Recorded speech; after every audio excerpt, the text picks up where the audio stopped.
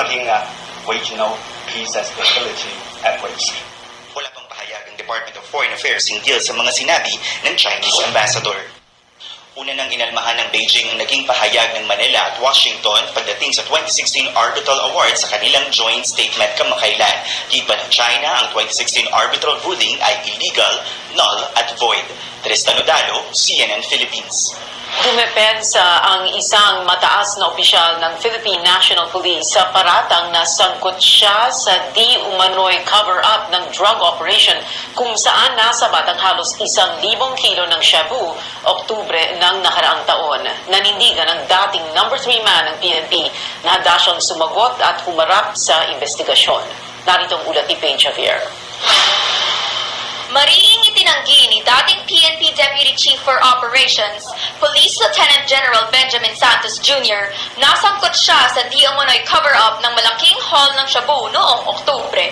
Sa press briefing kasama ng kanyang abogado, sinabi ni Santos na nagulat siya sa pagdawit ng kanyang pangalan ni Interior Secretary Benver Abalos.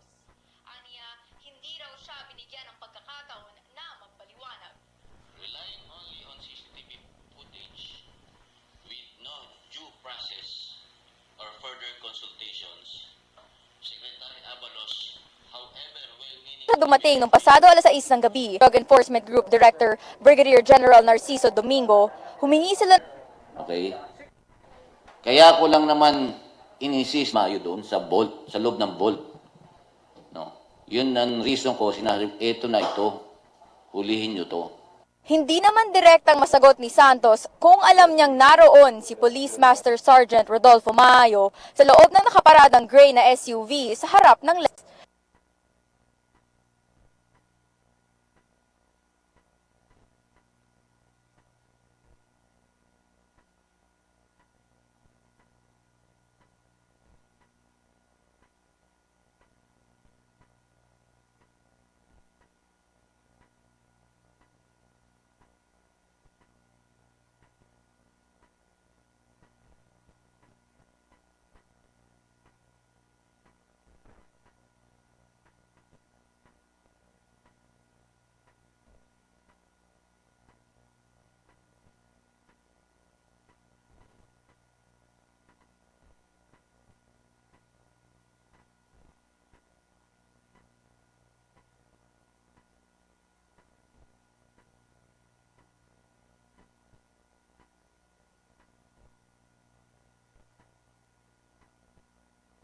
attempted cover-up here.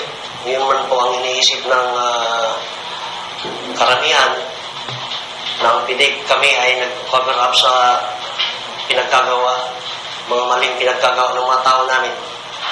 That is not true. My conscience is very clear.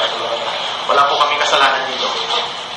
Nakatakdang magbigay ng pahayag si General Azurin sa Lunes, 1 linggo bago siya magretiro. Nauna niyang sinabi na suportado nito ang laban kontra iligal na droga at nangakong patuloy na lilinisin ang hanay ng mga pulis. Paige Javier, CNN Philippines.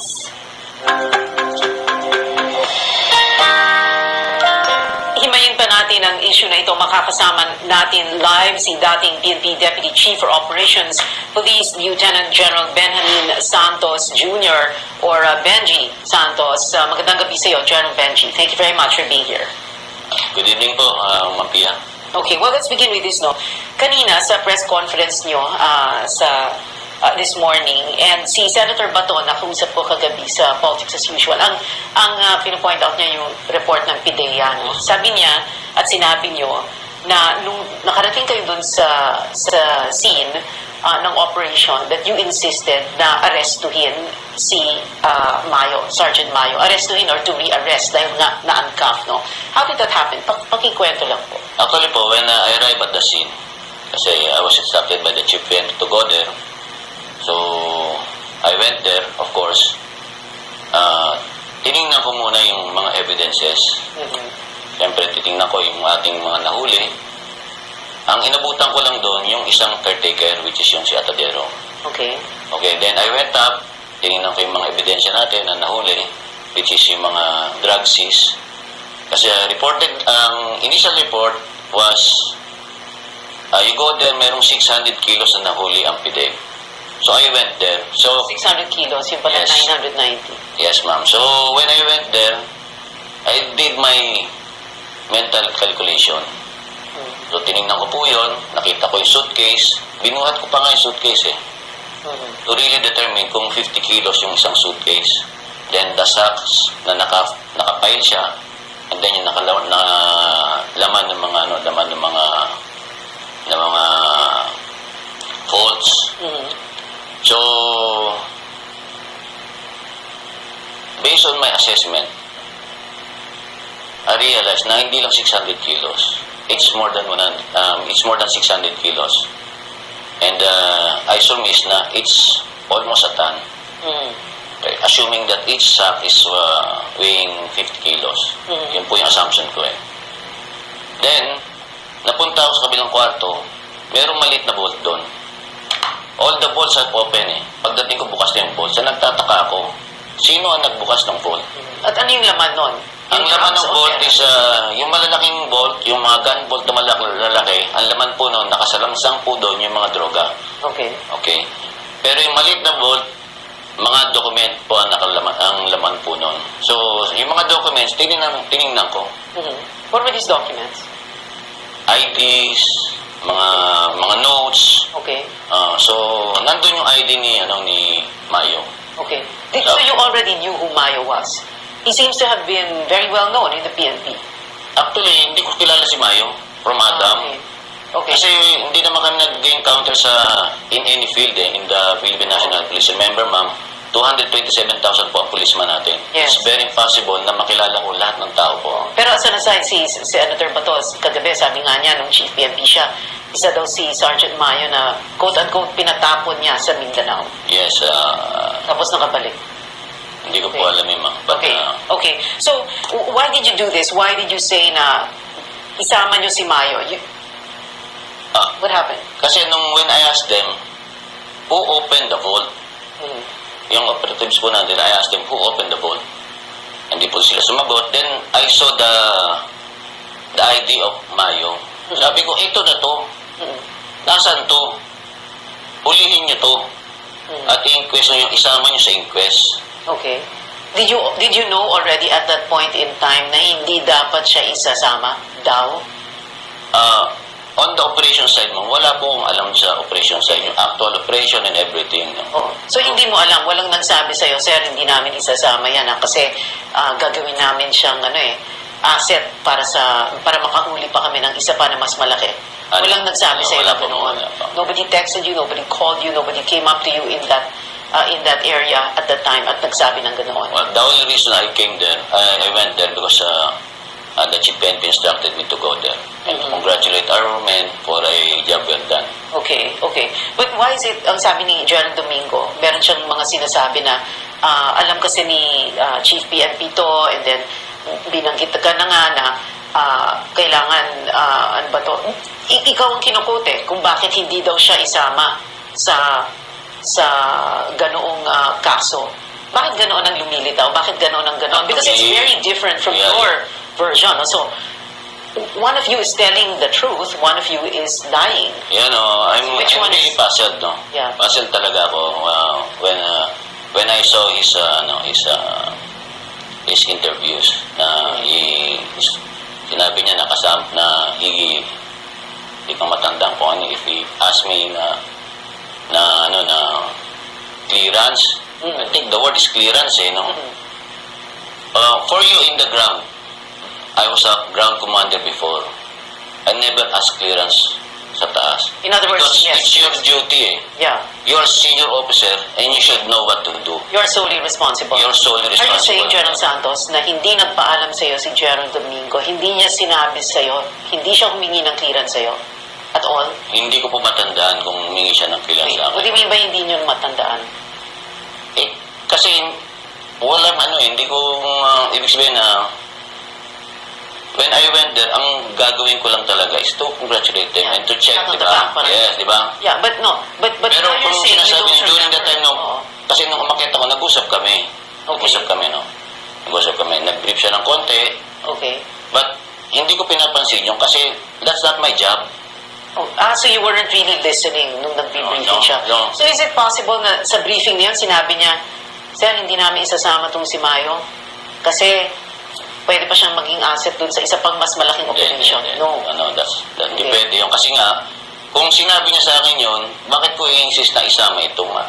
Oo. Nung nakita ko yung ID, sabi ko, ito nagbukas tong, sigurado. Ito yung, kasi nasa loob siya ng vault eh. Oh, no, or is it possible because maybe he might have said that to you and that is why you said nung nabuksan yung vault at nakita mo yung vault na may laman ng ID ni Mayo, that's when you insisted na, dapat isama to. In the first Is that possible? place, Ma'am Bia, it's an operation of PIDEG.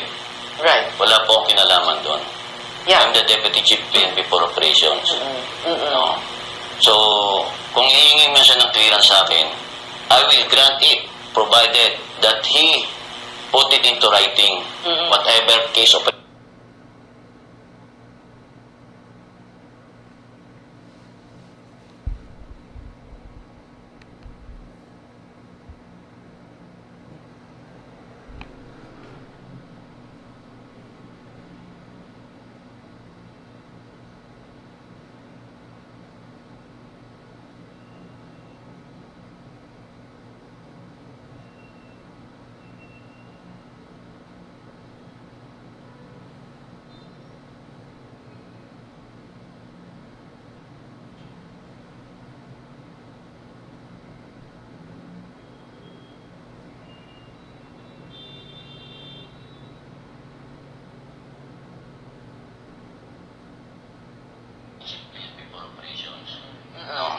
So, kung hihingi man siya ng clearance sa akin, I will grant it, provided that he put it into writing, whatever case operation plan and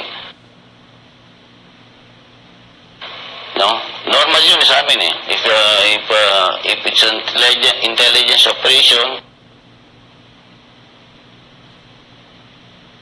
Or posibleng nasabi niya habang paakyat kayo ng second floor at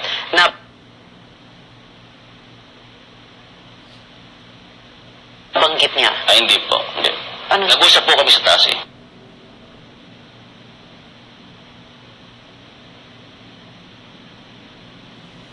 Okay. Kaya hindi po doon sa baba. Okay.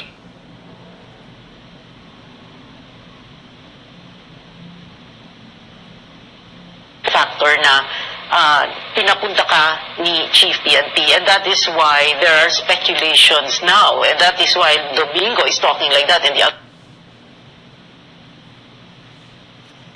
officer na parang lumalabas na ang tingin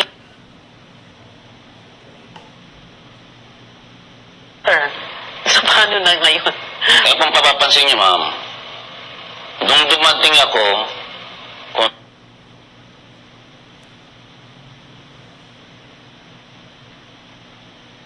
titingnan natin yung CCTV. Thank you very much for being here. Sorry, ubus na yung oras natin. But I guess this is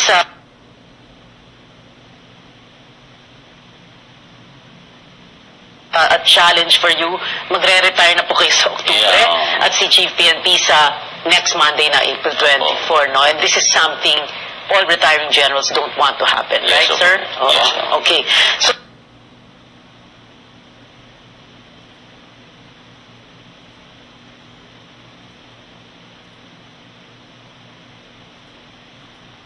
salamat sa iyo, General Benji Santos, dating PNP Deputy Chief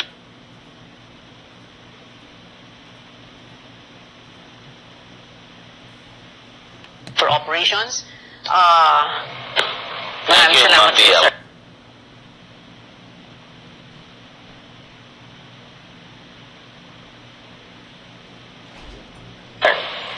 Samantala sa ibang balita, sapat ang supply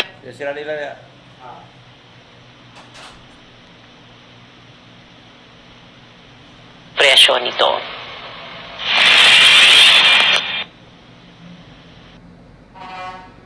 Kailangan mag-import, kailangan mag-buffer stock na NFA. Pero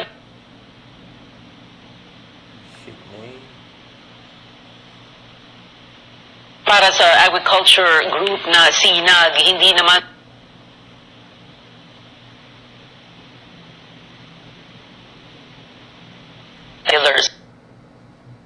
Init mahikapan ko lang ako nga tinait tungod sa kanipis. Sa tunga time, nagapamilin-bili na ako sa akong mga anak. Pag abri ang bana ko ang radyo namon, nabatian dahil sa akong nga mga dalungan.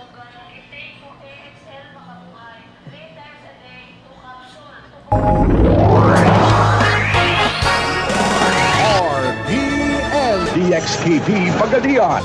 Ang inyong Radyo Ronda. RPN. Radio Philippines Network. Radio Philippines Network. Live to the world. Pinaagi sa FB page. Karon, mag-download na. Pinaagi sa Google Play o Apple Store, YouTube o Twitter. Alang sa mas kipakuskan ng mga balita, komentaryo, kasayuran o kalingawan. Ang mas kipakuskan ng inyong Radyo Ronda. Member, kapisanan ng mga broadcaster ng Pilipinas.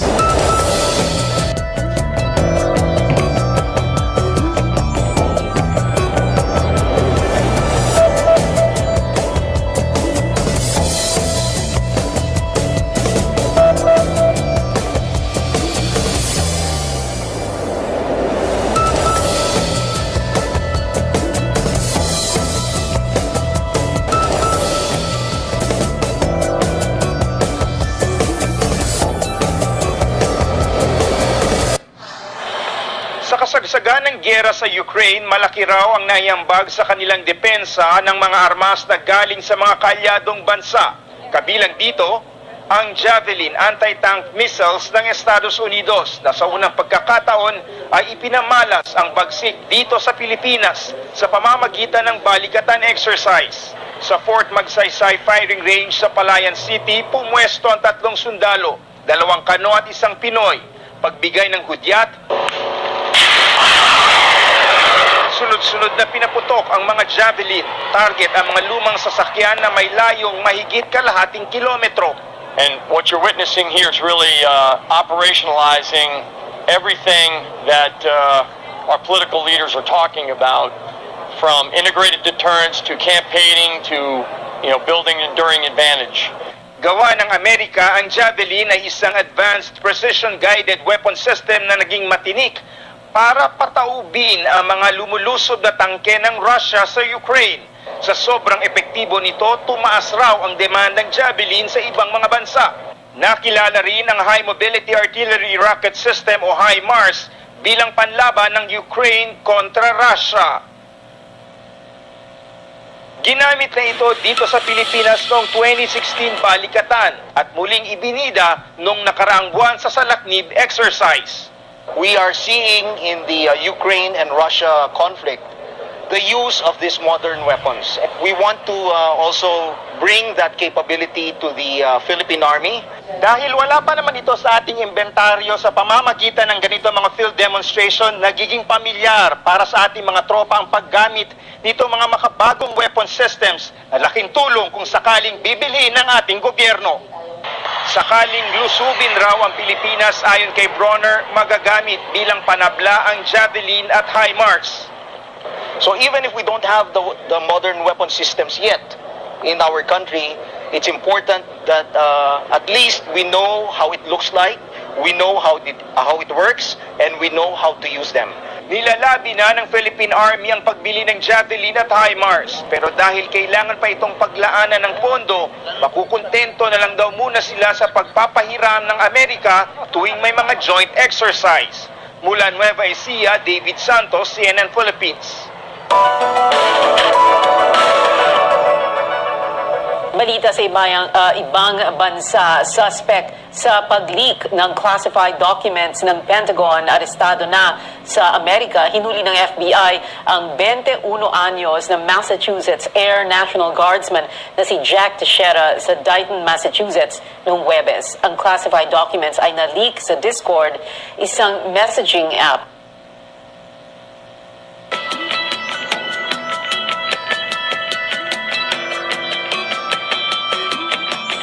Ukraine ang pag-espiya karaniwang ginagamit ng mga tungkol sa Chinese weapons development.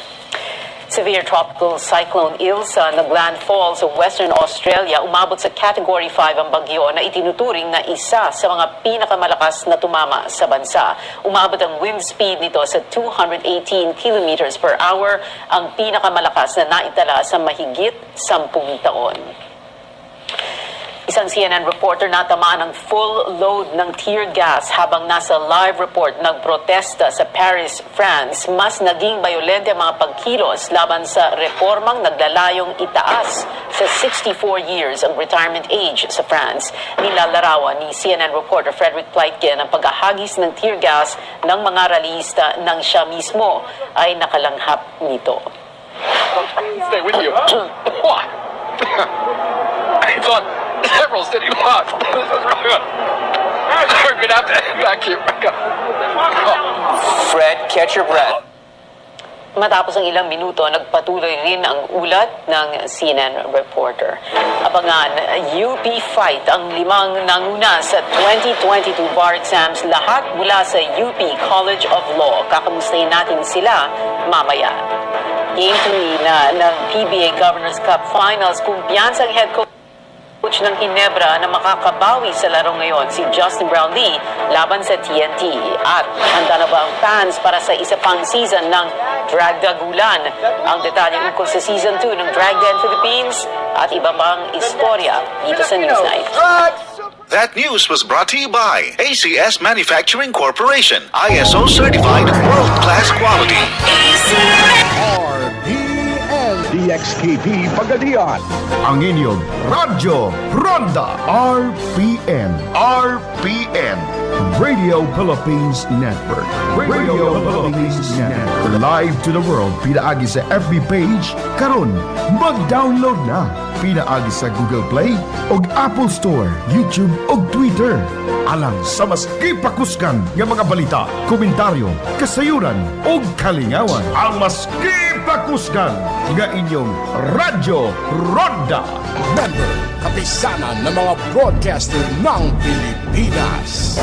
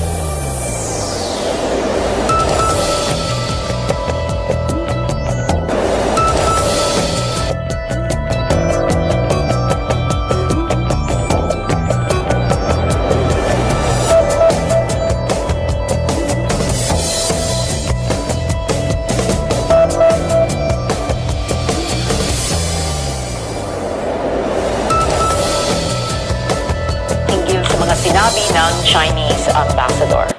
Nasa final stages na ang pag-uusap ng Pilipinas at Saudi Arabia para maibigay ang claims ng humigit kumulang 10,000 dating overseas Filipino workers o OFW.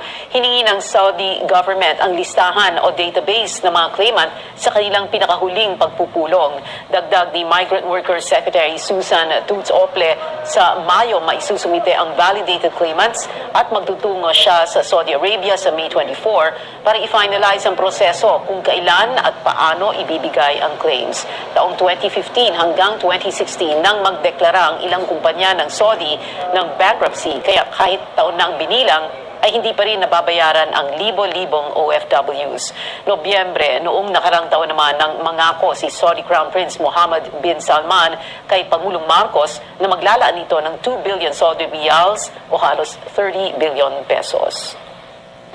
Masasabi ko with full confidence na mariresolve ang issue ng unpaid claims ng around 10,000 OFWs dating back to 2015-2016 no na-bankrupt ang kanilang mga kumpanya. Mariresolve yan within the year. Ayaw kasi namin maging paasa. So, gusto namin maging responsable. Lalo na alam namin napakaraming mga manggagawa, ito lang talaga yung inaasahan.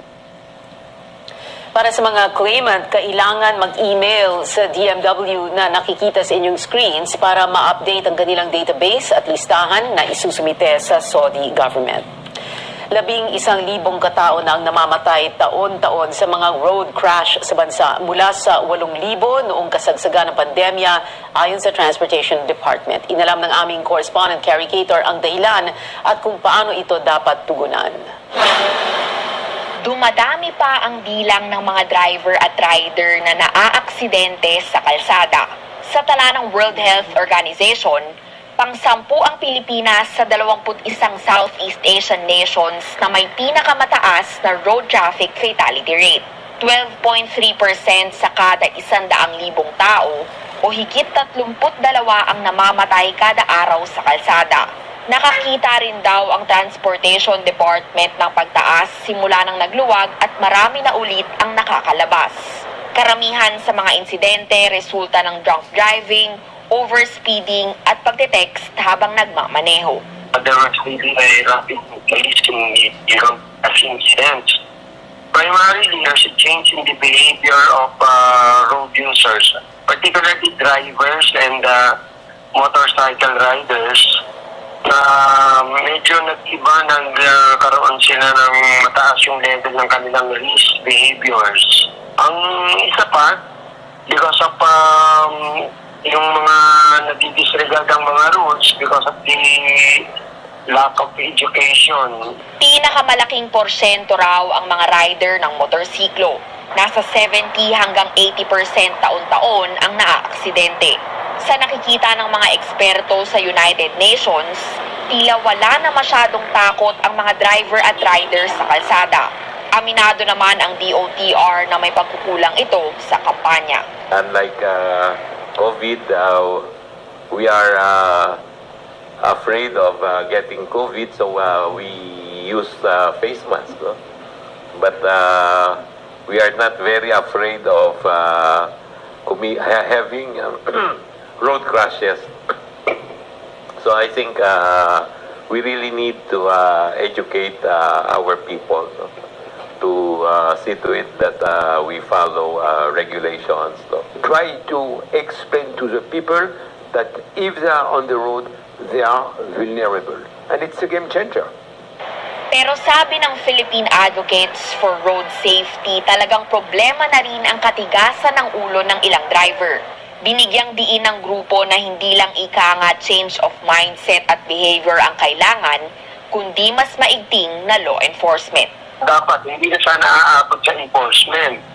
Dahil naiintindihan naman nila yung mga traffic signages, dapat ma-regulate na din yung volume ng sasakyan, ano? A stronger law enforcement.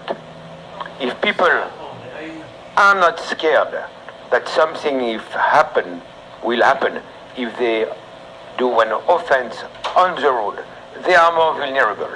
So you must be sure You must make sure that police have a strong role to play in the development of the agenda of improving road safety in the country.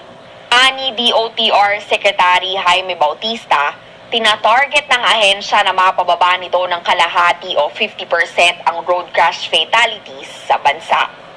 Tari Gator, CNN Philippines. Sa Lunes na ang deadline ng pagsusumite ng income tax returns para sa nakalipas na taon, may mga hakbang ng Bureau of Internal Revenue para tulungang makatugon ang taxpayers dito. Ang report hatid ng aming senior correspondent, Lois Calderon. 4 na dekada nang nagsusumite ng tax returns si Lina Del Rosario. Ngayong retirado na ang 72-year-old na accountant, libre ang kanyang serbisyo para sa mga simbahan, kumbento at seminaryo. Walang buwis o exempted ang simbahan, pero kailangan magsumite pa din ng annual tax returns. Coming from San Pedro, Laguna, parang I am just helping this. This is a church. For the Lord, because I love the Lord. I bypassed the CPA board. I said I will not practice. I would just want to help. I just want to have churches and religious organizations to be my clients. Dahil sakripisyo at kawang-gawa ang serbisyo para sa simbahan, hindi niya ininda ang pila dito sa BIR office sa isang mall sa Quezon City. Mabilis naman daw kasi, 10 minuto lang, tapos na ang transaksyon niya. Gayon din ang tingin ng isa pang taxpayer na ito. Hindi naman ka nahihirapan. Sa Lunes na ang deadline, April 17, at ayon kay Internal Revenue Commissioner Romeo Lumagi, wala ng extension.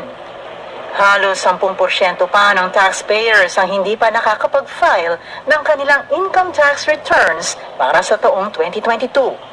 Target kasi ng ahensya na makalikom ng 2.6 trillion pesos ngayong taon para gastusan ang budget ng gobyernong Marcos. I can assume that the certain groups are hoping that, as in previous years, the Bureau will declare an extension of the April 17 deadline. However, this is an option that we would prefer to avoid because every delay in the collection of taxes represents a delay in delivery of public service. Inutusan ng BIR ang mga bangko na mag-extend ng banking hours hanggang alas 5 ng hapon. Ang mga BIR regional offices bukas ang tax assistance centers ngayong Sabado para sa gustong magbayad bago ang deadline sa Lunes. Sarado naman sa Linggo. Kung marami talagang tao, he will be extending, but again, just to accommodate who will be there in the premises. So hindi striktong 5 o'clock, sarado kami. It can extend up to whenever or up to what time necessary to finish everybody who are in the premises already. Paalala ng BIR, ang penalty sa late filing ay interest na 12% at surcharge na 25% ng buwis na dapat bayaran. Lois Calderon, CNN Philippines. Isa pang warrant of arrest ang inilabas laban kay dating Bureau of Corrections Chief Gerald Bantag at dating Bucor Deputy Security Officer Ricardo Zulueta at 3 pa kaugnay sa pagpatay sa broadcast journalist na si Percy Lapid. Ang warrant of arrest ay pinirmahan ni Las Piñas Presiding Judge Harold Huliganga para sa non-bailable charge ng murder. Sina Bantag at Zulueta ay kinasuhan bilang principal by inducement sa pagpatay kay Lapid. Si Lapid ay binaril sa Las Piñas City noong Oktubre nakarang taon. Naglabas din kahapon ng arrest warrant ang Muntinlupa Regional Trial Court para kay Bantag at Zulueta, kaugnay naman sa pagpatay sa sinasabing middleman sa murder case na si June Villamor sa loob mismo ng Bilibid. Halos 4,000 ang pumasa sa 2022 bar exams, itinuturing na isa sa pinakamahirap na professional licensure exam sa bansa. Ano bang law school ang nanguna rito? Ang kasagutan sa ulat ni Anjo Alimario. Sa mga taong binuno nila para maging isang abogado, ngayong araw nabigyang katuparan ang kanilang pinapangarap. Sa halos 4,000 pumasa mula sa higit 9,000 kumuha ng 2022 bar exams, nanguna ang class valedictorian ng University of the Philippines College of Law na si Czar Matthew Dayday na may average na 88.81%. Sinundan siya ng 4 pang produkto ng UP Law na sina Erickson Marinas, Christian Claire Crehensha, Andrea Jasmine Yu, at Kim Gia Gatapia. Pang-6 ay mula sa University of San Carlos, pang-7 ay galing sa San Beda College, Alabang, pang-8 hanggang pang-10 ay mula sa Ateneo de Manila University. The court celebrates today as it welcomes the fresh zeal and vision that the newest members of the legal profession bring, even as it maintains the buoyant hope that each successful bar candidate will find the most humane meaning and the noblest of purposes behind the success. Sa loob mismo ng Supreme Court compound, di mo na kailangan lumayo para malaman kung gaano kahalaga ang araw na ito para sa mga kumuha ng bar exams. Sobrang overwhelming po. Hindi ko po in-expect talaga na dito ako maghihintay kasi nasa church po talaga ako kanina kasi sabi ko, sa Nazareno ako maghihintay. Pero hindi ko alam ano yung bumulong sa akin. Sabi dito ako maghintay. Sobrang saya ko po na napatunayan ko na talaga tapat ang Lord sa buhay ko. Simula pa po noon, talaga sinabi niya sa akin na kasama ko siya lumaban hanggang sa matapos yung exam ko.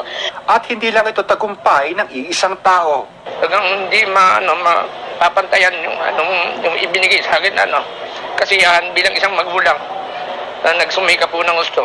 Kapatid ko po eh. Sa May 2 nakatakda ang oath-taking sa PICC ng mga bagong abogado. Anjo Alimario, CNN Philippines. Kung bigo ang University of the Philippines o UP sa kampyonato sa UAAP Men's Basketball, at least ang top 5 sa bar exams sa kanila. Ngayon lang nangyari na ang top 5 ay galing sa iisang law school, ang UP Law. Top 1, Sar Matthew Dayday, valedictorian pa ng class nila. Top 2, Erickson Marinas, scholar. Top 3, Christian Crehensha. Top 4, Andrea Yu, salutatorian. Top 5, Kim Gia Gatapia. Sina Dayday, Marinas at Crehensha nasa CSIP Law ngayon. Ito pa, sa 221 na UP Law graduates na kumuha ng bar, 210 ang pumasa. Ang UP Law may 95.02% passing rate. At sa top 30, 11 ang UP Law. Ang top 1, 2, 3, 4 at 5, gaya ng sinabi na natin kanina, at ang top 13, 15, 17, 23, 28 at 30. Pero may isa pang top 30 na tiga Ateneo de Davao.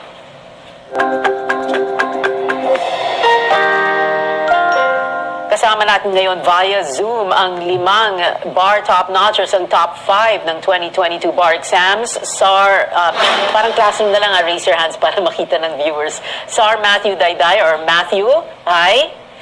Erickson or Eric Marinas, Christian Crehensha, Andrea Yu, and Kim Gatapia. Hello everybody, good evening, magandang gabi sa inyo and congratulations, and I should say UP fight.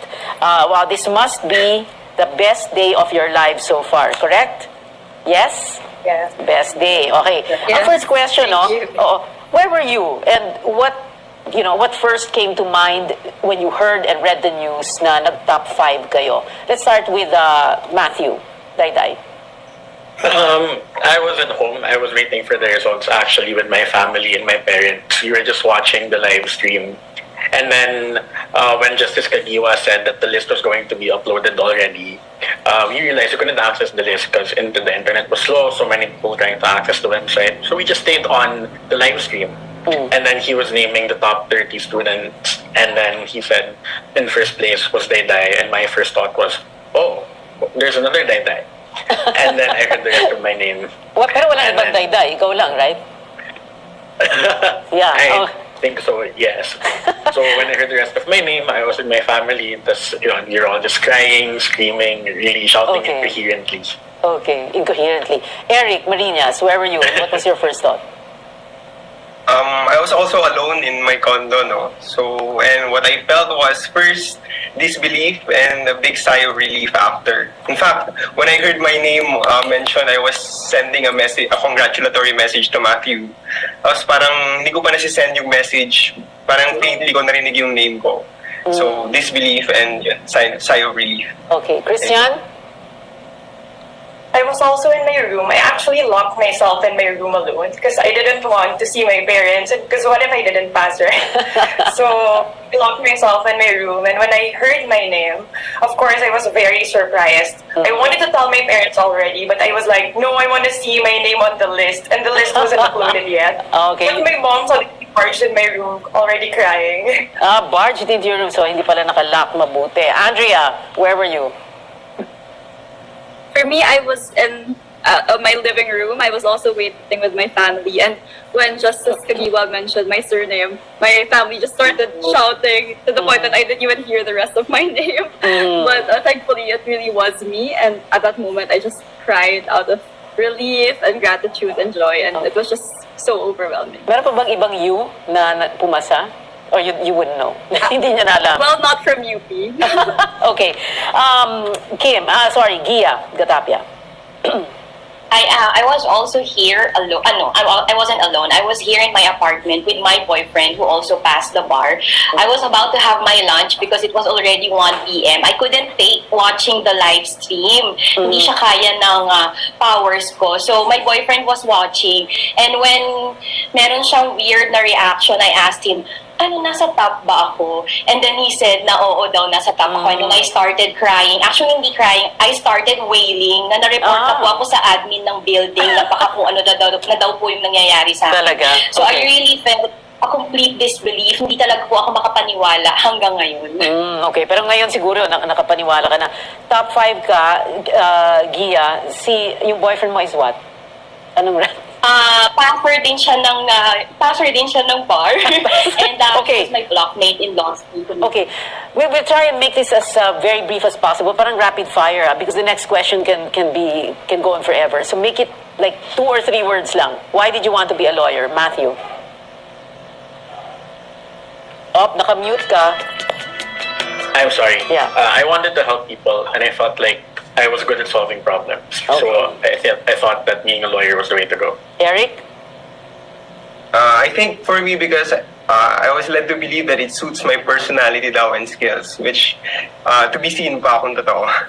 Christian? Also because I want to help and assist other people. Andrea? For me, passion and purpose. That's nice. Passion and purpose. Gia? Mainly for career advancement. I was a working student in law school and I thought being a lawyer is a way for me to advance in my career. Oh, nice. Working student. Okay. Who was your idol and mentor? Matthew?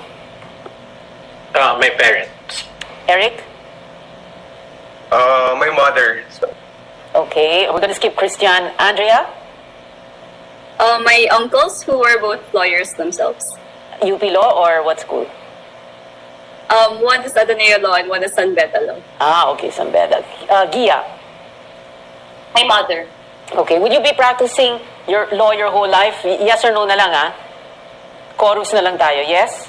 Yes? Is everybody? Yes. Naku, may isang hindi sure. Okay, let's go on. What do you want to specialize in and why? Matthew? I initially wanted to specialize in corporate law. I felt like that was where my interest really was. But I'm also open to learning more about different areas of law. Okay. Eric? For me, litigation, but I'm not closing doors to other practice areas as well. Litigation, magaling ka magtanong, ha? Okay, I think we're gonna skip Christian and Andrea, di ba? Let's go to Gia. Right now, I'm focusing on corporate and commercial law, but I'm really very interested to learn more about litigation. Okay, this next question, di ba? Siyempre, we're all human beings. Hindi naman yung profession nyo dictates your entire life. So, what other interests, hobbies, talents, pastimes do you have outside of law that you feel make you a better person? Very quickly, Matthew. I like reading. I also like watching anime. I like watching different shows. And I think this exposes me to different areas that help me in my practice as well. Eric? For me, movies, specifically independent movies, the small budget films. Oh, that's nice. They need all the support they can get. Christian? I like practicing yoga and watching Korean dramas. What kind of yoga? I particularly like yin yoga. Yin. Okay. I was about to say what Korean dramas, pero baka hindi na matapos yung interview. Andrea? For me, cooking and feeding the people I love. Gia. I love cleaning the house. It's very therapeutic for me, and it helps me develop my diligence really and focus and my focus, because when I clean, I really focus on that particular area I'm working on. Well, that's nice. That's very nice. Okay, my final question on new lawyers. You will take your oath, I think, May 2, right? So new lawyers would take, it's a 7-paragraph oath. It's just been newly approved. I won't read the entire text, only certain portions. And we quote, I shall work towards promoting the rule of law in a regime of truth, justice, freedom, love, equality, and peace. I shall conscientiously and courageously work for justice as well as safeguard the rights and meaningful freedoms of all persons, identities, and communities. I shall ensure greater and equitable access to justice. I shall do no falsehood, nor shall I pervert the law to unjustly favor or prejudice anyone. The question is, how will you live this out every single day, every single hour, every single minute in your life as a lawyer? Matthew? I think it's mostly about how we protect the rule of law, making sure that the rule of law is being secret, making sure that we follow, even in little things that we do, the proper processes, the proper channels, as well as making sure that our justice system is accessible and equitable so that everyone, regardless of rank and status, will make sure that all of their problems will be heard by our justice system and will be given fair treatment. Eric? For me, listen to my conscience, and at the end of the night, I want to be able to look myself in the mirror and say that I can live with this person and the decisions that I've made for the day. Well said. Christian? By always being mindful of how I conduct myself, and always doing my work with honor and excellence, and always being open to helping others. And Andrea? For me, it's sticking by my UP guided principles, even in the small moments and even when no one's watching. And Kim? I'm sorry, Gia? Same with Andrea, I guess, by sticking with the UP, particularly UP law principles, and just choosing to be diligent and kind every day, no matter what kind of transactions we're in or whoever we are dealing with. I guess we just have to keep that in mind. Maraming salamat sa inyong lahat. I can't call you attorney yet, no? Hindi pa. But thank you. Thank you very much. One big congratulations. UP fight pa rin. Maraming salamat sa inyo. Matthew, Dayday, Eric Marinas, Christian, Crehencia, Andrea Yu, and Gia Gatapia. Thank you very much for being with us tonight. Susunod, 2-1 edge, pinaglalabanan ng Barangay Nebra TNT Tropang Giga sa Game 3 ng PBA Governors Cup Finals. At ang Canadian singer na si Celine Dion naglabas ng unang kanta mula nang umaming may rare neurological disorder noong 1 taon. Manatiling nakatutok sa Newsnight. That news was brought to you by ACS Manufacturing Corporation, ISO certified world-class quality. ACS! Si Mommy at si Washing Machine believe sa Pride Washing Machine Detergent. Hello, Washi! Hello, Mommy! Laundry day na naman! Ready ka na sa badya, chocolate, putik, ibad? Kaya yan ang Pride Washing Machine Detergent! RPN DXTV Pagadian. Ang inyong Radyo Ronda RPN Radio Philippines Network. Radio Philippines Network. Live to the world pinaagi sa FB page karon mag-download na pinaagi sa Google Play og Apple Store, YouTube og Twitter. Alang sa mas kipakuskan nga mga balita, komentaryo, kasayuran og kalingawan. Ang mas kipakuskan nga inyong Radyo Ronda. Member, kapisanan ng mga broadcaster ng Pilipinas.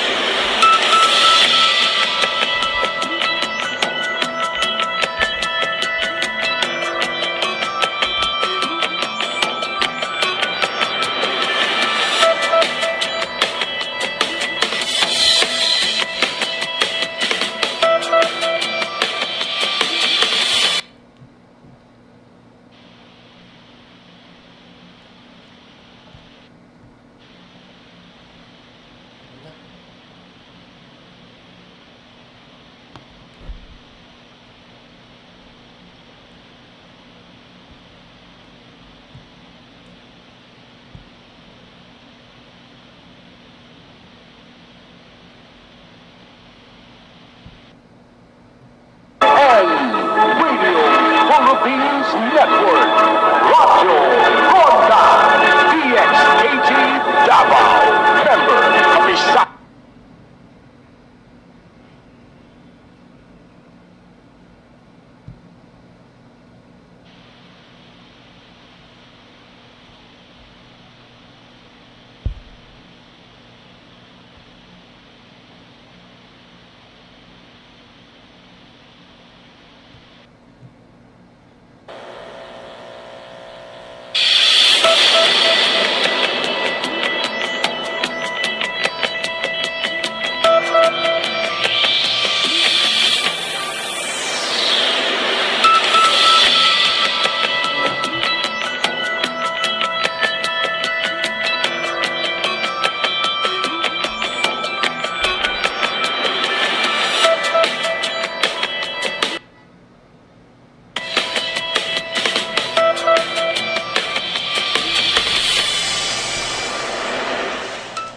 Na Swiftie Nation nga ito dahil inimbitahan si Taylor maging mayor for a day ni Mayor Jane Castor. At ang iba't ibang destinasyon gaya ng Old City Hall, kulay pula ang ilaw para sa isang warm welcome kay Taylor.